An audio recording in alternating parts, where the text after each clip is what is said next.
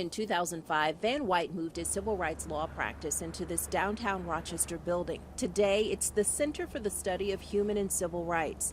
White calls it the house that bigots built. Because every time I settled a lawsuit for unlawful imprisonment or unlawful termination or job discrimination, the money went into this, some of the money went into this collection. We sat down to talk in an upstairs room dedicated to Dr. Martin Luther King Jr.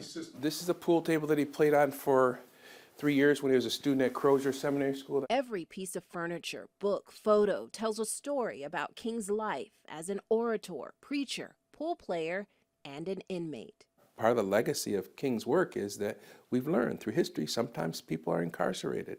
King sat in the Birmingham jail and said he was innocent. So coming up, I knew that there were occasions where innocent people went to jail. People like Charles Teddy Pierre, sentenced to 25 years to life in prison for the gruesome murders of a man and a woman in Rochester in 2002. Thomas Reed and Claire Sconyers were beaten to death. Then the killer set the house on fire.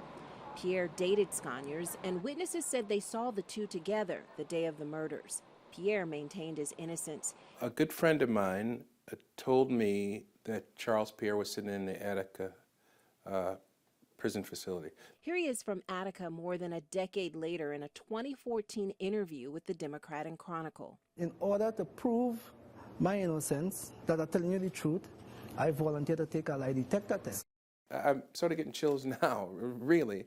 It's just, and it's hard to articulate. White says the moment he met Teddy, he knew he didn't do it. Drove up to Attica and talked to him.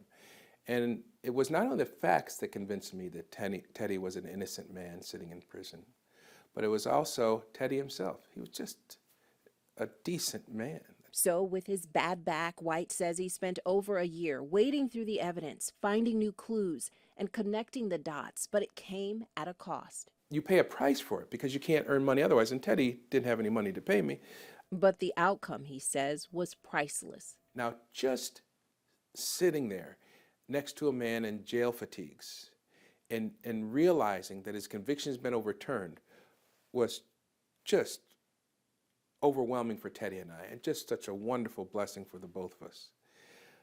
But that wasn't the end of the journey. The Monroe County DA sought a new trial, so Pierre remained behind bars. And my wife said to me, and again I'm getting chills right now, she says to me, Van, if you don't stick with that case, you'll regret it for the rest of your life. The former civil rights attorney says it was the best advice he ever got.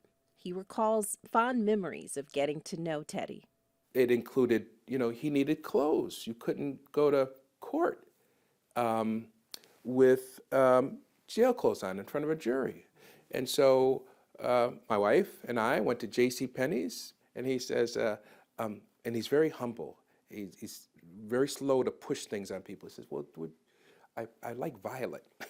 So my wife and I, we went back out and got him a violet shirt. After spending 13 years in Attica, a grateful Charles Teddy Pierre wearing his violet shirt is captured rejoicing in 2015 upon hearing a jury say what he maintained all those years, not guilty. For all those out there that think that the system doesn't work, it does work. Instead of returning to Rochester a free man, Teddy, who had a past conviction, was deported to Trinidad, his home country.